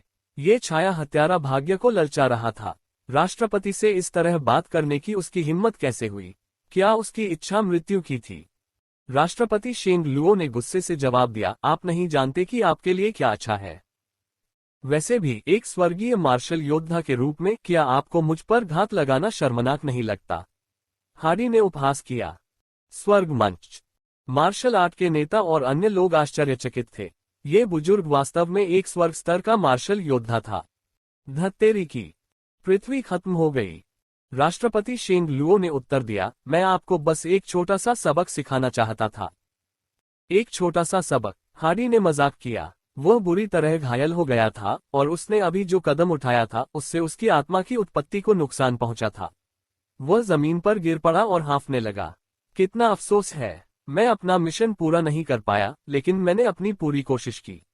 मास्टर मुझे मिशन को ठीक से पूरा न करने के लिए दोषी नहीं ठहराएंगे, है ना? क्या यह एक छोटे गृह स्तरीय मार्शल योद्धा के लिए उपयुक्त है? राष्ट्रपति शेंग लुओ ने पूछा। यह तो बस एक छोटी सी कीमत है जो आपको चुकानी होगी, 4। इससे कोई फर्क नहीं पड़ता कि यह इसके लायक है या नहीं। सिर्फ वही मुझे वो दे सकता है जो मैं चाहता हूं। तुम नहीं दे सकते, हाडी ने उदासीनता से जवाब दिया। सेंट स्टार पैगोडा के अध्यक्ष ने भौहें सिकोड़ी। उन्होंने हाडी से बात करना बंद कर दिया और वांग परिवार की ओर देखा। वांग टेंग ने मेरे प्रशिक्षकों को मार डाला और हमारे मुकदमे को बाधित कर दिया। उसे मुझे अपने किए का जवाब देना होगा। चूंकि वह भाग गया है, इसलिए आप सभी उसके लिए जवाब दे सकते हैं। क्या आप स्वयं बाहर आएंगे या मुझे आपको आमंत्रित करना होगा? मेरे धैर्य की एक सीमा है। अगर तुम बाहर नहीं आए तो मैं हर मिनट एक शहर को नष्ट कर दूंगा। उसने अपना हाथ हिलाया और आकाश में एक बड़ी स्क्रीन दिखाई दी। स्क्रीन पर शहर का विहंगम दृश्य दिखाया जा रहा था। एक युद्धक जहाज धीरे धीरे शहर के ऊपर रुका और उसकी तोपें ताकत इकट्ठा करने लगी। नीचे मौजूद नागरिक दहशत में थे, जबकि पूरा शहर निराशा में डूबा हुआ था। हर तरफ चीख पुकार ही सुनाई दे रही थी। ये शहर शान है, किसी ने आश्चर्य से कहा और तुरंत पहचान लिया कि यह जगह देश जिया में शहर शान है। वे सिटी शान को नष्ट करने जा रहे हैं। धत्तेरी की एड्स बाय पब फ्यूचर। ये बहुत ज्यादा है। उनकी हिम्मत कैसे हुई? वे ऐसा कैसे कर सकते हैं? मार्शल आर्ट के नेता और अन्य लोग पीले पड़ गए। उनके दिल दुख रहे थे। उन्होंने नहीं सोचा था कि विदेशी आक्रमणकारी ऐसा कुछ करेंगे। नहीं, दादाजी वांग चिल्लाए। धमाका। बहुत देर हो चुकी थी। राष्ट्रपति शेंग लुओ ने उन्हें कोई मौका नहीं दिया, एक शहर को ऐसे ही नष्ट कर दिया। स्क्रीन पर बल की चमक आसमान से नीचे आए और शहर में जा गिरी। एक तेज धमाका हुआ और सब कुछ प्रकाश की किरण में समा गया। निराशा की चीखें और चीखें दब गईं। बस बचा था तो सिर्फ रोशनी का चमकता हुआ गोला। जब प्रकाश विलुप्त हो गया तो सिटी शान की जगह एक विशाल और गहरा गड्ढा बन गया। मार्शल आर्ट के नेता और अन्य लोग स्क्रीन को ध्यान से देखते रहे। वांग परिवार भी अचंभित था। राष्ट्रपति शेंग लुओ उदासीन होकर यह सब देख रहे थे। ऐसा लग रहा था जैसे उन्होंने अभी अभी चींटियों का घोंसला मिटा दिया हो। यह उनके लिए कोई मायने नहीं रखता था। क्यों? तुम्हें ऐसा क्यों करना है? दादाजी वांग ने पीला चेहरा बनाकर पूछा। Ads bye pub future. ये तो बस एक प्रदर्शन है। राष्ट्रपति शेंग लुओ ने बेपरवाही से जवाब दिया, अब उल्टी गिनती शुरू होती है। तुम? दादाजी वांग के पास कहने के लिए शब्द नहीं थे। उन्होंने राष्ट्रपति की ओर इशारा किया और गुस्से से कांपने लगे। तुम बहुत भोले हो। शहर उनके लिए कुछ भी नहीं है, हाडी ने अपना सिर हिलाते हुए खुद से कहा। मार्शल आर्ट का नेता पीड़ा से भर गया। उसे समझ नहीं आ रहा था कि अब क्या कहे। उसकी निगाहों में सिर्फ नफरत बची थी। 1 मिनट लगभग खत्म हो गया है। राष्ट्रपति शेंग लुओ ने उनकी नजरों को नजरअंदाज किया और हल्के फुल्के अंदाज में अपनी बात जारी रखी। स्क्रीन पर छवि बदल गई। ये दूसरा शहर था। ये व्हाइट ईगल राष्ट्र का एक प्रसिद्ध आधुनिक शहर था। इसी तरह एक ब्रह्मांडीय युद्ध यान हवा में तैर रहा था, अपनी तोप में बल इकट्ठा कर रहा था और इस शहर को मिटाने की तैयारी कर रहा था। स्क्रीन पर निराशा के चेहरे दिखाई दिए। राष्ट्रपति शेंग लुओ ने जानबूझकर ये दृश्य दिखाया ताकि वांग परिवार उन्हें देख सके और मानसिक रूप से पीड़ित हो सके। वह उन्हें इस ग्रह का पापी बनाना चाहता था। अगले ही पल दादाजी वांग ने वांग परिवार को QY-63 अंतरिक्ष यान से बाहर निकाला। हर कोई उन्हें दुख और खामोशी से देख रहा था। क्या आपने पहले ही हार मान ली है? कितना निराशाजनक है। राष्ट्रपति शेंग लुओ ने अपना सिर हिलाया। अटैक नोबल एट धमाका। युद्धक जहाज से फोर्स अटैक किया गया। ये व्हाइट ईगल नेशन के शहर पर उतरा और फिर से धरती हिला देने वाला विस्फोट हुआ। आखिरी विनाश। वांग परिवार की आंखें भय से चौड़ी हो गईं। उन्हें उम्मीद नहीं थी कि दूसरा पक्ष अपनी बात से पलट जाएगा। हालांकि वे बाहर आ गए, फिर भी उसने शहर को नष्ट कर दिया। उफ। दादाजी वांग ने अपनी छाती पकड़ ली और उनके मुंह से खून निकल आया। राष्ट्रपति शेंग लुओ ने धीरे से कहा, ये तो एक छोटी सी कीमत है जो आपको चुकानी होगी। ग्रह विनाश तो विनाश की सुबह। एक छोटी सी कीमत। एक पूरे शहर का विनाश तो बस एक छोटी सी कीमत थी। पृथ्वी पर लोग क्रोधित हो गए, उनके चेहरे अनियंत्रित रूप से लाल हो गए। राष्ट्रों के नेताओं ने अपनी मुट्ठियां कस ली। वे अपने दांत इतनी जोर से पीस रहे थे कि उनके मसूड़ों से खून बहने लगा। खास तौर पर व्हाइट ईगल राष्ट्र के कमांडर और मुखिया। जब उन्होंने अपने देश के एक शहर को तबाह होते देखा तो उनके दिल और हड्डियों में दर्द और दुख भर गया। उनकी आंखें लाल हो गईं, वे निराशा में जंगली जानवर की तरह गुस्से में दहाड़ने लगे। मार्शल आर्ट के नेता ने भी ऐसा ही महसूस किया। देश जिया से शहर शान भी नष्ट हो गया। शहर में लोगों की जान उनकी आंखों के सामने ही चली गई। फिर भी इन विदेशी आक्रमणकारियों के लिए ये बस एक छोटी सी कीमत थी जो उन्हें चुकानी पड़ी। वे लोगों की जिंदगी के प्रति कितने उदासीन थे कि उन्होंने ये फैसला लिया। वांग परिवार भी परेशानी में था। दादाजी वांग को अचानक क्रोध के कारण खून की उल्टी होने लगी और उनका चेहरा कागज की तरह पीला पड़ गया। इससे वांग परिवार डर गया। आखिरकार दादाजी वांग अब जवान नहीं रहे। पिताजी वांग शेंगलुओ और उसके भाई बहनों ने जल्दी से दादाजी वांग को पकड़ लिया और उत्तेजित होकर चिल्लाए। क्लोइड कुछ दूर खड़ा था। उसने व्यंग्य किया, तुम्हारे जैसे कमजोर लोग बहुत कमजोर होते हैं। वांग परिवार क्रोधित हो गया। एड्स बाय पब फ्यूचर। टकराना। क्लोइड की नजर तेज हो गई। उसके शरीर से एक विशाल आभा बाहर निकली और वांग परिवार पर आ गिरी। अगर तुम मुझे घूरते रहे तो मैं तुम्हारी आंखें निकाल लूंगा। भारी दबाव के कारण वांग परिवार पीला पड़ गया। उनके शरीर अनायास ही कांपने लगे। वे हताश और भयभीत महसूस कर रहे थे। यह एक कमजोर व्यक्ति का अपने से ज्यादा शक्तिशाली व्यक्ति के प्रति स्वाभाविक डर था। खास तौर पर महिलाएं और युवा। वे ऐशो आराम की जिंदगी जीने के आदी थे और उन्हें कभी ऐसी धमकियों का सामना नहीं करना पड़ा था। वे डरे हुए थे। खांसी। मैं ठीक हूँ। दादाजी वांग ने खून खांसने के बाद अपनी पीठ सीधी की। उन्होंने अपने हाथ हिलाए। उसकी आवाज ने परिवार के अन्य सदस्यों का ध्यान आकर्षित किया और वांग परिवार को क्लोइड का सामना करने से रोक दिया। वे कमजोर पक्ष थे। दूसरे पक्ष से भिड़ने से उन्हें कुछ हासिल नहीं होने वाला था। इसके बजाय उनके पास खोने और कष्ट सहने के लिए सब कुछ था। आकाश में ब्रह्मांड मंच के मार्शल योद्धाओं ने बिना किसी सहानुभूति के वांग परिवार को देखा। वे उन्हें तिरस्कार से घूरते रहे, उनका मजाक उड़ाते रहे कि वे खुद को बहुत ऊंचा समझते हैं। क्या उन्हें लगा कि वे उनसे बच सकते हैं? तो क्या हुआ अगर वे छिप गए? कोई भी प्रतिरोध बेकार था। अंत में वे फिर भी आज्ञाकारी ढंग से बाहर निकल आए और उनके हाथों में गिर गए। उन्हें पकड़ो और ले जाओ। राष्ट्रपति शेंग लुओ की शांत आवाज आसमान में गूंज उठी। हाँ। क्लोइड ने पलकें झपकाईं और आदेश प्राप्त करते ही जल्दी से झुक गया। अपने हाथ की एक लहर के साथ ओलान संघ के कुछ ग्रह चरण मार्शल योद्धा वांग परिवार को हथकड़ी लगाने के लिए आगे बढ़े। उनके साथ कैदियों जैसा व्यवहार किया गया। Ads bye pub future. आज्ञाकारी बनो। एक योद्धा चिल्लाया। पूरी दुनिया ये दृश्य देख रही थी। किसी को भी वांग परिवार से नफरत नहीं थी। उनके दिलों में विदेशी आक्रमणकारियों के लिए केवल दुख और असीम घृणा बची थी। इन विदेशी आक्रमणकारियों ने उनके घर में तबाही मचाई और 2 शहरों को बेरहमी से नष्ट कर दिया। उन्होंने वांग टेन के परिवार को भी बंदी बना लिया ताकि वह उनकी बात मानने पर मजबूर हो जाए। वांग टेन पृथ्वी की आखिरी उम्मीद थे। ये विदेशी आक्रमणकारी उनके पालने में बची हुई उम्मीद की आखिरी किरण को भी खत्म कर देना चाहते थे। वे घृणित और हृदयहीन थे। मार्शल आर्ट के नेता, 3 महान कमांडर और डैन ताइक्सुआन केवल वांग परिवार को ले जाते हुए देख सकते थे। वे कुछ नहीं कर सकते थे। लाचारी ने उनके दिलों को जंग लगा दिया था। वे बहुत पछता रहे थे क्योंकि वे वांग परिवार की रक्षा नहीं कर सके। ग्रह स्तर के मार्शल योद्धाओं द्वारा वांग परिवार को आकाश में भेजा गया। वे युद्धयान की ओर उड़े जो युद्ध किले जैसा दिख रहा था। सब लोग उन्हें ऐसे घूर रहे थे जैसे वे जाने के बाद कभी वापस नहीं आएंगे। एट नोबल बनेट एट, इस ग्रह को नष्ट कर दो। राष्ट्रपति शेंग लुओ की आवाज एक बार फिर बिना किसी चेतावनी के सुनाई दी। होलैंड फेडरेशन के ब्रह्मांड मंच मार्शल योद्धा दंग रह गए। उन्होंने नहीं सोचा था कि उनका राष्ट्रपति वांग परिवार पर कब्जा करने के बाद भी इस ग्रह को नष्ट करना चाहेगा। उसने किसी को नहीं छोड़ा। दरअसल एक जीवन ग्रह एक अच्छी संपत्ति थी। सभी पृथ्वीवासियों को गुलाम बनाना कहीं अधिक लाभदायक था। हालांकि सेंट स्टार पैगोडा को इसका जवाब चाहिए था। वे पृथ्वी का इस्तेमाल दूसरों के लिए चेतावनी के तौर पर करना चाहते थे और उन्हें बताना चाहते थे कि कोई भी उन्हें भड़का नहीं सकता, पृथ्वी जैसे दूर के ग्रह पर तो बिल्कुल भी नहीं। क्या?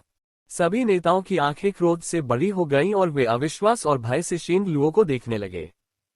वह उनके ग्रह को नष्ट करना चाहता था। यह पागलपन था। वे सदमे से पीले पड़ गए। उन्हें लगा कि मानो उनकी रीढ़ की हड्डी से लेकर सिर तक ठंडक फैल गई है। वे सुन्न हो गए थे। पृथ्वी पर बहुत बड़ा हंगामा मच गया। हे भगवान, विदेशी आक्रमणकारी हमारे ग्रह को नष्ट करना चाहते हैं। साले, वे जानवर होंगे, वे इंसान नहीं हैं। चूंकि मौत ही एकमात्र विकल्प है तो आइए उनसे लड़ें। डरने की कोई बात नहीं है। अब यह अपमानजनक है। भले ही हम मर जाएं, हमें इन एलियंस का मांस का एक टुकड़ा काटना ही होगा। चलो अपने जीवन के लिए लड़ो। हम पृथ्वी के नागरिक हैं। हम बिना लड़े नहीं मरेंगे। सभी लोग अपने हथियार निकाल लें। ये जीवन या मृत्यु की लड़ाई है। लड़ाई जारी रखो, मार डालो, मारना। सभी के दिलों में निराशा ने उनकी लड़ाकू भावना और अडिग रवैये को प्रज्वलित कर दिया। सभी मार्शल योद्धा गुस्से में चिल्लाए और खड़े हो गए। उन्होंने अपने हथियार उठाए और आकाश में युद्ध के जहाजों की ओर बढ़े। विदेशी आक्रमणकारियों को नरक में खींचना चाहते थे। होलैंड फेडरेशन के मार्शल योद्धाओं ने उन्हें तिरस्कार से देखा। उन्हें लगा कि ये पृथ्वीवासी खुद को बहुत ज्यादा आंक रहे हैं। वे उनके मुकाबले में बिल्कुल भी नहीं थे।